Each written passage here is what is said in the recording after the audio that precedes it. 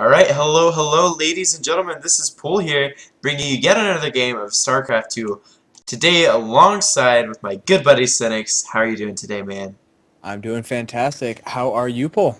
Oh, I'm doing just well. I had to get up at 10 o'clock this morning and go to college, and then continue on to go to work at 3 o'clock and work until midnight. So, I am extremely exhausted. Of course, I'm not too tired to play StarCraft 2 and cast it alongside you, of course. Alrighty, Guldas does seem to have a little bit of empathy for you right there, just saying that this is screwed up right in the beginning. Yeah, And my Akamu saying, life. yeah, it's really weird that you had to wake up like that. That sucks. Like, Oh, what's even better is that I get up at 8:45. However, I do have the next 2 days off, so very relatively excited nice. about that.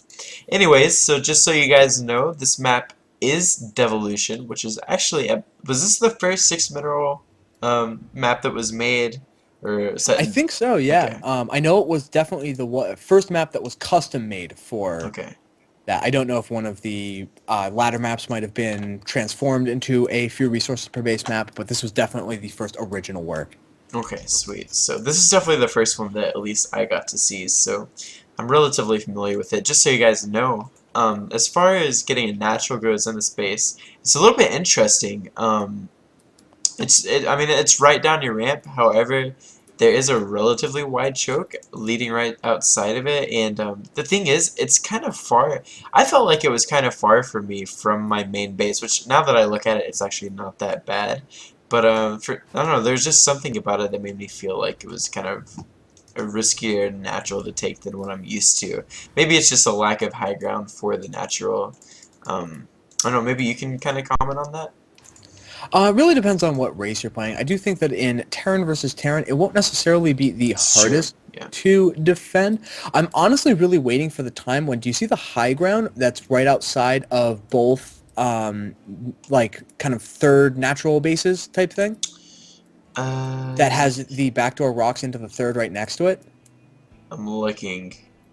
Oh, I really wish I could ping it. It's kind of like the SCVs. If you go right directly south of them, there's a high ground right there. are you talking? Which base are you going from? Right now I'm going for the south base. Oh, Anyway, there's anyways, a yeah, I nice little see. high ground I got position you. right there I got you. that I haven't seen really utilized to what I think the fullest effectiveness could be. Because I think that in terms of attacking your opponent, if you were to drop siege tanks right there, you could deny the Yeah, third, much like you could deny the natural an old lost temple. yeah, you definitely Ultimately, I don't could. know if that might cause balance problems or not. We will just have to see. Though we do see the first kind of differences in between what the players are doing right now. A barracks that went down with a reactor already on the way. So maybe some early marine pressure coming from Goldas? Yeah, he may in fact go for possibly even a bunker rush or something like that if he can get enough Marines to outmass his purple opponent. Of course, it does look like Akamu is going for a bunker, so he's not going to be too worried about any kind of early pressure. And actually, he's not going to try to outmass him on Marines. He's actually going for reactored Hellions here. So that Yes, will, of indeed. course, toast up a ton of Marines, but like I said, that bunker is there, will provide an excellent job of defense. And unless our blue Terran player goes for a starport and does a drop, he's really not going to be able to do too much as far as getting into his opponent's base goes. He might have to worry about a run by though, just because as you were saying, this is a relatively wide choke. It This can is true, definitely yeah. be walled off in time, but it's something that you have to pay a lot of attention to. It's not one of the narrower chokes that will just kind of wall itself off as you happen to build buildings across Yeah. it. You need to make a concerted effort to make that work. So we do see that the reactor Hellions aren't coming out immediately though. He's finishing up just a couple of more Marines and actually an incredibly early stim pack on the way from Akamu. Oh, He wow. immediately went with the tech lab and is trying to use it to get himself a very early tech and upgrade advantage. Yeah, I'm not entirely sure what he's going to be going for. Obviously, it's most likely bio. I mean, he's got two Raxes. One of them obviously is Stimpack, so there's a good chance that he'll go for Marine Marauder. I feel like that would be effective, especially if his opponent goes for Mech. Of course, if his opponent goes for Mass Marines, Marine Marauder versus Mass Marine tank is actually not too effective, simply because Marines do more damage than a Marauder would do. So, at least what is it? The Marauders do limited damage against light, whereas they're better against heavy units, right? Yeah, they deal bonus damage against Yeah, armored type units, whereas they deal just their normal amount of right. damage against a light unit or any other kind, really. Yeah, so it does look like we do have a little bit of an attack coming from our blue Terran player. Of course, this is the opening that he has gone for with the build that he has chosen. And actually, just checking out some watchtowers, actually just going to retreat right now. So I think that was a pretty good idea. He really couldn't do too much damage. I don't think he would have been able to break their front at all of Yeah, I Akamu's think it was just base. to kind of freak Akamu Yeah, out, maybe make him pull some SCVs off the line, which obviously he didn't do, handled that very well, waited to actually see if the attack was going to be real before attempting to do anything, but just go for a little bit of pressure to get his opponent nervous and get him off the map. I'm honestly really interested, though, what we're going to end up seeing with this mech play that we're starting to see out of Guldas. He's not going for tanks super early, he's going for Blue Flame Hellions and a dropship. So this is either going to be really just heavy harassment or perhaps a full mech play. And there's been a lot of talk on few resources per base, just forums and threads. Is mech still viable? Because it's so gas heavy right. and it needs a critical mass of units to kind of make the death ball. So I Yeah, really want to see how can Goldos make this work. yeah, and I mean, as we saw from the last match, Guldas is the one who won, so perhaps he's a better player. I don't know if he is really, so if he is, he can possibly make mech work. However, Akamu is going for the right build, like I said, and it does look like we have a little bit of a clash going on right now. One Hellion getting taken out right there, and Guldas, of course, is going to be forced to retreat. There are about 7 Hellions, though, so he might choose to turn around if he wants to. And that is what he's going to do. So the Hellions are coming in here, taking out a ton of Marines right there. Wow, losing almost every single Marine. Will he lose them all? It's a good chance that he will. No, he doesn't lose all of those. Of course, the bunker is up, so our Purple Terran does manage to retreat and save at least most of his Marauders right there. So good for him. Yeah, it was a very interesting army setup, though. We do Oh, have a drop yep. popping right into the main. A couple of Marines coming back to try to do something about this, but they're not at a particularly high health. Two of them only at 7 health. And Oh my as the blue gosh. flame gets into play, they immediately roast those Marines. I do always think that's one of the most gruesome death animations. They're like twitching on fire on the ground. It's horrible. But he's lining them up. There's a whole bunch of Oh my SCVs god. going down right now. And wow, not losing a single Hellion and immediately dropping them off to continue Oh the my attack in gosh. the natural. Excellent micro there from our blue Terran player, and he currently has killed 12 workers already, so doing such a good job. Of course, he will lose the medevac and the 4 Hellions, but most definitely was worth it. Yeah, though, as we look at the units tab, it's only 34 SCVs for Akamu against the 38 of Goldas. So he definitely invested a lot in making that attack work and Yeah. really only equalized it. He's not like he's actually ahead right now. As we see, the command center is already done for Akamu, whereas the Hmm. command center has only just been started for Goldas, and he's been hard supply blocked for a long time. The micro that he was doing to make that attack work, definitely costing him a macro advantage. Yeah, I definitely agree there. Now, it does look like Akamu is going for a bit of a timing attack. That's exactly what he does need to do. We don't even have Siege Tech up for our Blue Terran player, and it's only almost, it's probably like 1/3 of the way finished. If he goes in right now, he would do really good damage, but it doesn't look like he has any kind of intention on attacking his opponent. Yeah, I don't think that he can know if his opponent has Yeah, siege there's tech really no ready. way. Yeah. And so he's just a little bit nervous because if he like stims in and the tanks are just sieging up as he tries to do that, it'd Yeah. be horribly one-sided. And actually, an interesting thing about Hellions is that even though they deal almost no damage against Marauders, they tank Marauder shots Oh, yeah. extremely well. Because Marauder only does 10 damage, 11 with the +1 upgrade that we see that Akamu does have right now, which means that it takes 9 shots to kill off a Hellion. Yeah. Which means, and a Hellion only being 100 minerals means this just takes a long time for the Hellion wall in front of the tanks to be cleared out.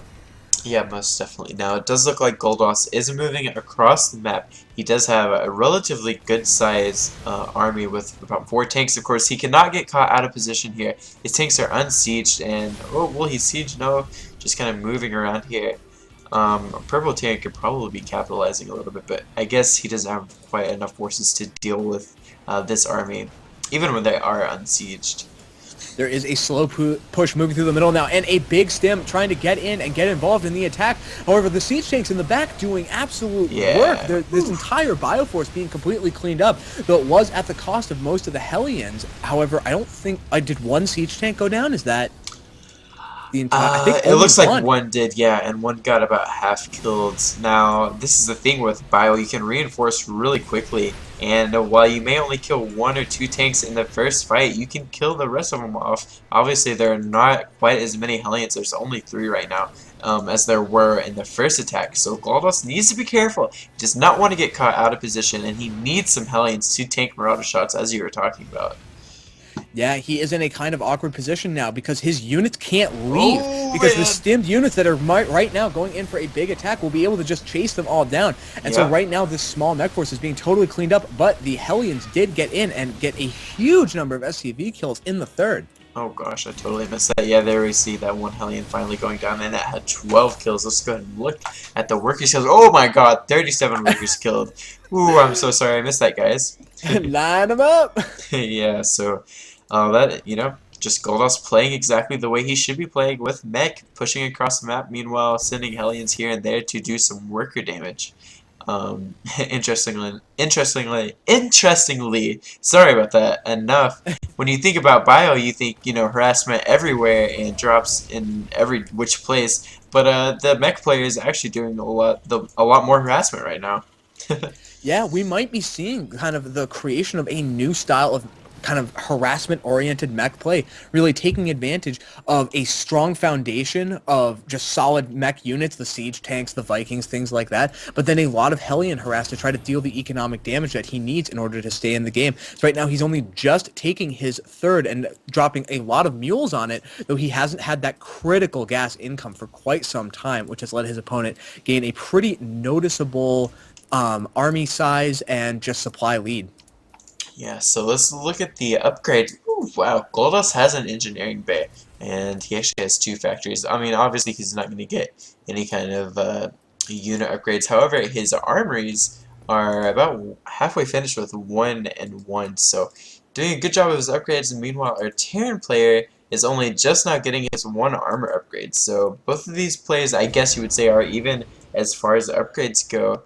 And yeah, that's all relatively just okay right now, I guess. We do see a big drop moving up right to the north of the map from Akamu. It looks like a whole bunch of Marauders and just a couple of Marines. They might be able to do something to this third. However, a very, very good spread of missile turrets in place to immediately shoot that down. I do hope that Guldas is going to be paying attention to this drop. Akamu is going to be paying attention to this drop because he might lose both those for free. Yeah, oh god, Akamu really needs to be careful right now. He is going to lose the 1 medevac, and there goes the other one. Wow, losing so much right there. He really did not want to lose all of those units. Yeah, that was a big, big supply drop. We now actually see Guldas taking the supply lead, which is very dangerous when you have a mech army against just a bio one, because the bio one generally is going to be trading cost efficiently as their goal, whereas the mech wants to retain their units as much as possible.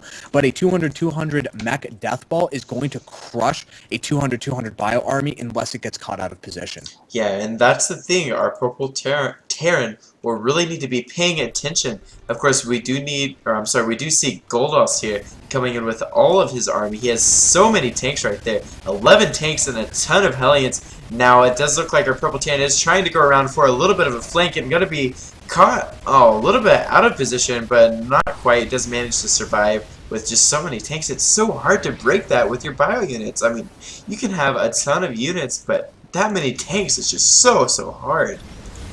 Yeah, and the upgrade advantage definitely going for Guldas right now. It is 1-1 tanks against just 1-1 bio. And once again, as a bio player, you usually want to have considerably more upgraded units than your opponent, because your opponent's investing all of their gas and a large amount of their minerals into merely having an army. Whereas as the bio player, you can invest that additional gas income into having the critical upgrades for your units. Which is why you usually see things like 3-3 Marauders against maybe 1-1 or 2-1 tanks. Yeah, well, obviously, I mean, Guldas is just doing such a good job with his upgrades. Typically, you don't even see a lot of mech players, at least at a lower skill like Masters or so, getting the upgrades that they need.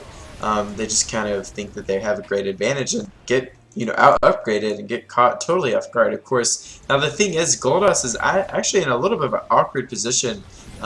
He is pushing in, and Akamu doesn't really have enough units to deal with this. But there is a little bit of a group of Marines and Marauders outside of the attack of Guldas, so he could possibly go for a flank once he has enough.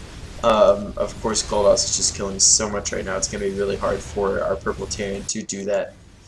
There was this one Hero Banshee in the bottom right, shutting down this fourth base from Guldas. She had, I think, like 14 or 15 kills by the end of it. And a small group of Marines was sent in to kill her off. However, now the Blue Flame Hellions and another Banshee are in to just finish this base off. And Akamu does seem to be in a bit of trouble, saying, very deep, meditative sound.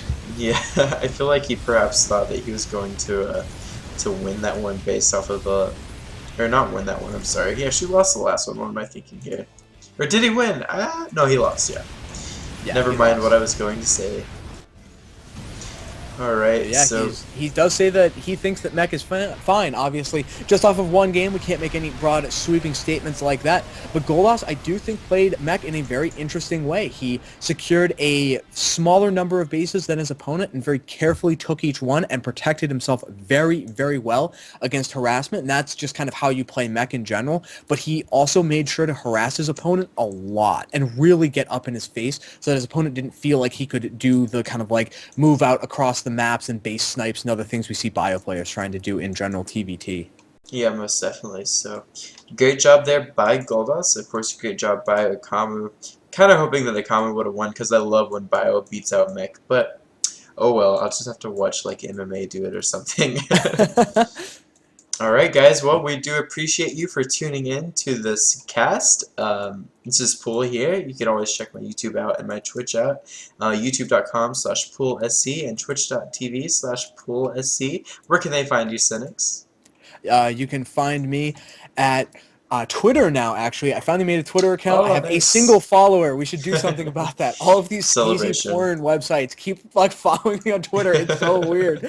But no, I have one legitimate follower. It's some other random StarCraft dude. But my Twitter is WiseOldSenex, just like my YouTube, www.youtube.com/WiseOldSenex. Alright, thanks guys for tuning in, and we'll see you at the tournament.